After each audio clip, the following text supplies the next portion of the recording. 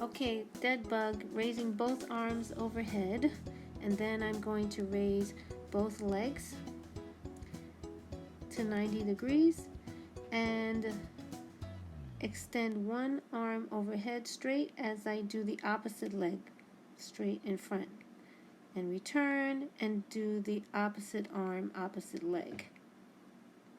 The idea is to keep the feet flexed and keep the legs in 90 degrees when you return. And your core is activated and pressed against the floor. Try not to drop the heels. It's easy to do that. You end up dropping the heels. And by contracting your glutes and the back of your legs, everything, and keeping your feet flexed, it helps you to maintain that. That's the dead bug.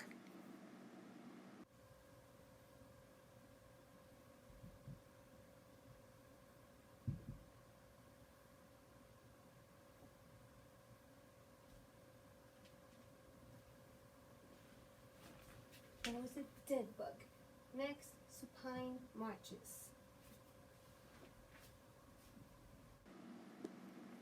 Okay, so with supine marches, you're going to brace, do a pelvic tilt, and then you're going to lift one leg like you're marching to 90 degrees, but everything is contracted. That means your glutes are tight, and so are your hamstrings, everything in the back, and your core. Everything is braced. Now, the idea is supposed to be to keep your ankles lined up. I see in this video my feet are coming together. That's the idea, is to keep your ankles lined up with your hips. So try to be aware of that. And it's a slow march. Notice that I have to keep checking my feet to make sure that they are flexed.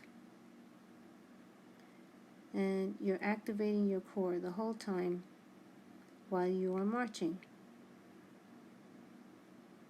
See, flex feet. I'm pointing that out. Flex feet. That is the supine march. The next exercise is going to combine, the next exercise is going to be, that's an ab stretch right there. But the next exercise is going to be the glute bridge. And now I'm just hugging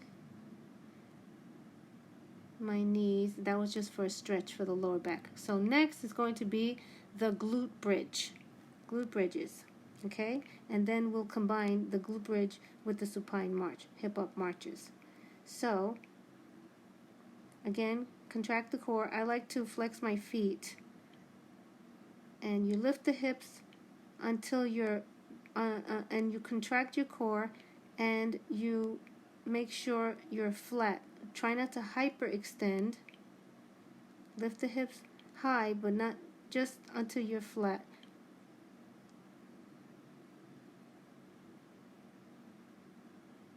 That is a glute bridge. You can also do the glute bridge by placing your feet flat on the floor. But if you flex your feet like the way you see me doing it, you're activating, it activates the back more.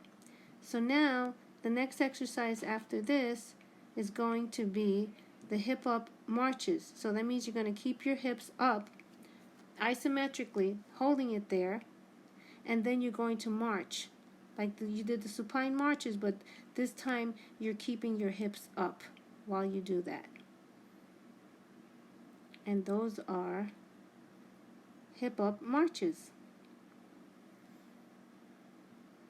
It looks a lot easier than it really is. The idea is not to sway your hips. Try to keep your glutes, the whole posterior chain, the whole back contracted, and try not to sway your hips back and forth. And that was it. That was hip up marches. Okay, so now I'm going to go into the next series of exercises.